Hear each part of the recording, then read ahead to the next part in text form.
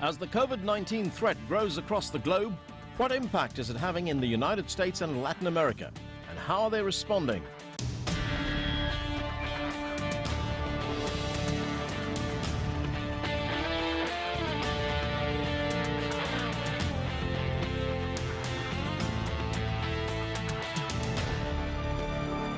Hello, I'm Anand Naidu, and this is The Heat. Coronavirus continues to spread around the world, with the number of cases now surpassing 100,000.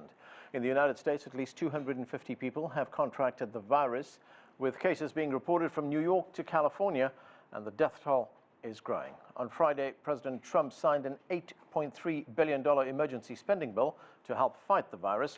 He's also addressed the scale of the outbreak. We have very low numbers compared to major countries throughout the world. Our numbers are lower than just about anybody. And in terms of deaths, I don't know what the count is today. Is it 11? 11 people. And in terms of cases, it's very, very few. When you look at other countries, it's a very tiny fraction because we've been very strong at the borders.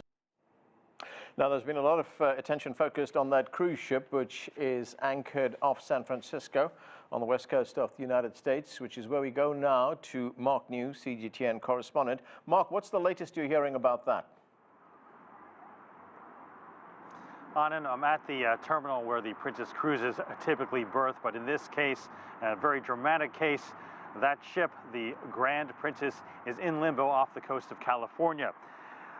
Yesterday, the Coast Guard, via helicopter, flew in test kits to the ship. The samples were then flown to a lab in Richmond, California, and Vice President Mike Pence has just announced that 19 crew members and 2 passengers tested positive, so a total of 21 people tested positive from that ship.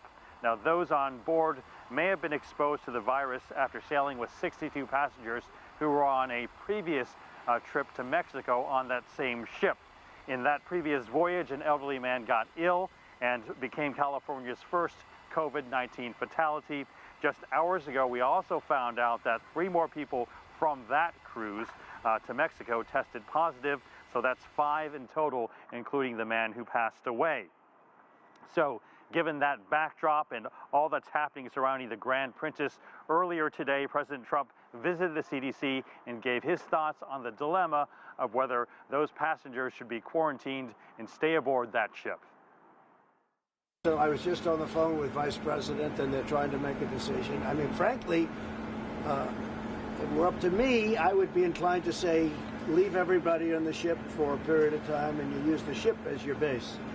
But a lot of people would rather do it a different way. They'd rather quarantine people on the land. Now, when they do that, our numbers are going to go up.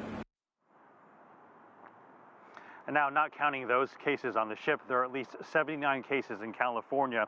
The state of California is in a state of emergency, but that's more to sort of get the resources lined up and share information more easily. Governor Gavin Newsom has also indicated that anyone deemed necessary to take those COVID-19 tests, those tests for them will be free of charge. Anand. Thanks, Mark. That's CGTN's Mark New reporting from San Francisco.